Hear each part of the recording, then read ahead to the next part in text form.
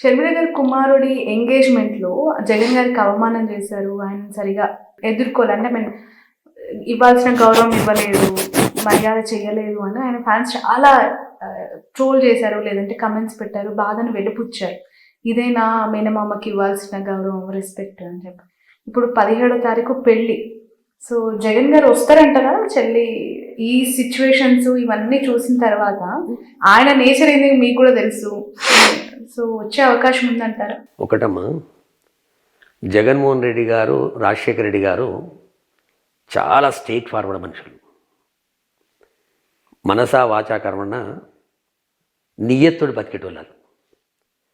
నా కొడుకు పెళ్లి పత్రిక ఎన్నికోయినా నేను జగన్మోహన్ రెడ్డి గారి దగ్గరికి. రాఘవన్న ఏమనుకోవద్దే,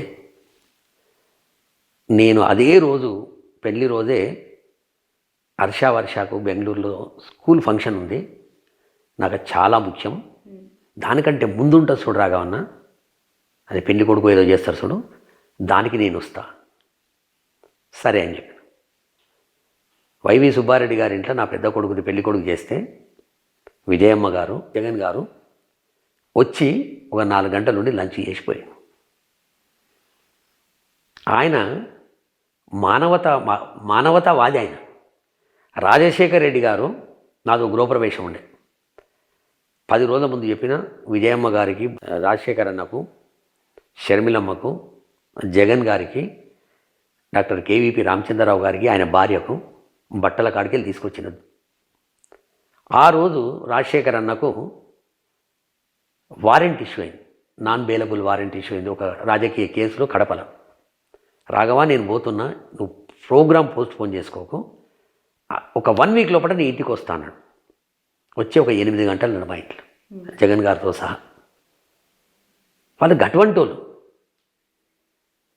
గౌరవం ఎక్కడుంటుందో, ప్రేమలు ఎక్కడుంటాయో, ఆప్యాయతలు ఎక్కడుంటాయో అక్కడికి వస్తారు వాళ్ళు. ఈడ రక్త సంబంధం. తండ్రి లేకున్నా మేనమామ ఉండాలంటాడు. పిల్లల మనసులను చెదరగొట్టేటోడు కాదు. మొన్న అవకాశం ఉంది, వచ్చేటు. గౌరవించిరా, గౌరవియలేదా, టీవీలు చూసినాయి, ఛానళ్ళు చూసినాయి, యావత్తు ప్రపంచం చూసింది.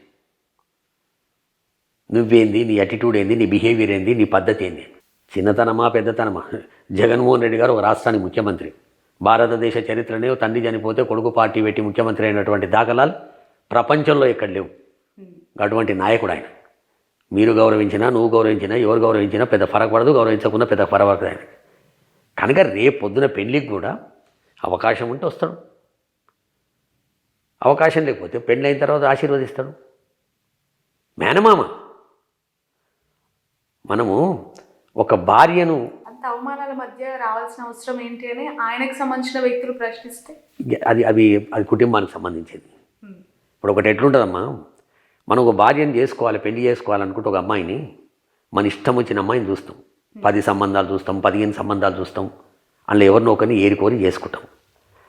ఒక 2-3 స్నేహితులను చేసుకోవాలంటే మనస్తత్వం చూస్తాం, బాగాలేకపోతే ఇంకో స్నేహితుని చేసుకుంటాం. కానీ ఒక తల్లి కడుపుల పుట్టడం అనేది నేను నిర్ణయం చేసేది కాదు, అది భగవంతుడు నిర్ణయం చేస్తాడు. అటువంటి ఒక తల్లి కడుపులో పుట్టిన వాళ్ళము అని ఆలోచన చేస్తాడు ఆయన. ఈమె ఆలోచన చేయాలి, చేయకపోతే ఆమె కర్మ. రైట్. వైవి సుబ్బారెడ్డి గారి భార్య ఇద్దరు షర్మిల గారితో కొంత సఖ్యతగా ఉంటారు అని చెప్పి ముందు నుంచి కూడా ఉంది. వైఎస్ఆర్ గారి అనంతరం ఆయన ఈమెకు ఒక ఫాదర్ లాగా బిహేవ్ చేసిన దాకా చాలా చూసాను కూడా.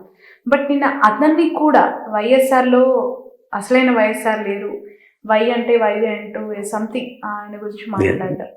అది చిల్లర. అంటే పూర్తిగా ఇంకా వైరం కాదమ్మా, దేనికన్నా పోతుందమ్మా,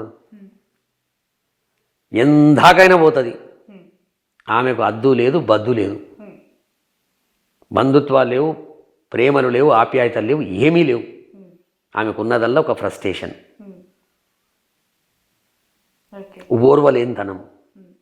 ఓర్వలేకపోతుంది పాపం. ఈ ఓర్వలేనితనం అంత పెద్ద రోగం ఇంకోటి ఉండదు, చాలా పెద్ద రోగం అది. ఈమెకు వచ్చింది ఆ రోగం. అన్యాయం జరిగిందా, అవమానం జరిగిందా షర్మిలకి మీ ఉద్దేశం ప్రకారం? ఎక్కడ ఏమన్నా రక్త సంబంధం పుచ్చుకున్నటువంటి అన్నదమ్ముల మధ్యన అవమానం ఏముంటుంది?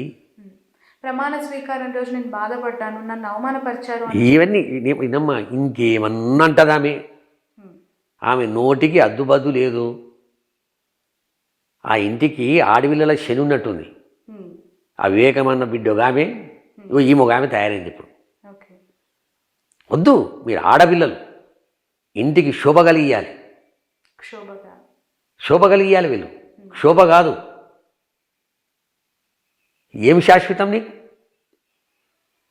నీ రక్త సంబంధాలని దూరం చేసుకుంటే నీకేం శాశ్వతం చెప్పు? ఎవరి గురించి బతుకుదాం ఇంకా మనం?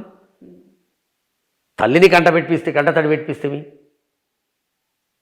అన్నను రోజు ఆడపోసుకుంటున్నాము. ఈ ఆడిపోసుకొని ఏం చేద్దాం అనుకుంటున్నా ఆయన? ఇవ్వాలని కూడా అడుగుతున్నా కదమ్మా నేను, ఇంకా మళ్ళీ 10 సార్లు అడుగుతా. నీ బాధ ఎందుకు చెప్పు? నీ ఆస్తి బాధనా, రాజకీయ బాధనా, ఇంకెవరి చేతుల్లో కీలుబొమ్మైన బాధనా, నేను ఎవడన్నా బ్లాక్మెయిల్ చేస్తుండా? ఇంత అన్యోన్యంగా ఉండేటటువంటి ఈ కుటుంబాన్ని ఎందుకు రోడ్డుకి ఈడుస్తున్నావు? బట్ ఇవన్నీ విన్న తర్వాత పవన్ స్టార్ని ప్యాకేజ్ స్టార్ లేదంటే డబ్బులు తీసుకొని పాలిటిక్స్ చేస్తూ ఉన్నారు, పార్ట్ టైం పొలిటీషియన్ అని చెప్పి మాట్లాడు. ఇప్పుడు రాబోయే కాలంలో షర్మిల పైన కూడా అలాంటి ఒక అపవాదు రాబోతుందంటారా? ఇప్పుడు ఒకటమ్మా, నిజంగానే రాజకీయ నాయకురాలు సరే పార్టీ పెట్టింది, మంచి వాళ్ళు పార్టీలు పెట్టిరు. మరి చెన్నారెడ్డి గారు లాంటి వాళ్ళు కూడా పార్టీ పెట్టిరు, ఎన్డీ తివార్ లాంటి వాళ్ళు పార్టీ పెట్టిరు, శరద్ పవార్ లాంటి వాళ్ళు పెట్టిరు, సక్సెస్ అయ్యారు. విజయశాంతి పెట్టింది, లోపలికి అయింది. హరికృష్ణ పెట్టిండు, లోపలికి అయిండు. ఇప్పుడు టీజేఏసీ పెట్టిండు, ముందుకు పోలేకపోతుండు. పార్టీలు పెట్టడం కాదు ఇది. ఒక ఎజెండా పెట్టుకొని పార్టీ పెట్టి ఆ పార్టీని బూచిగా చూపెట్టి ఇవాళ నువ్వు ఇష్టం వచ్చినట్టు మాట్లాడుతుంటే ఇది బాధ అయ్యేది.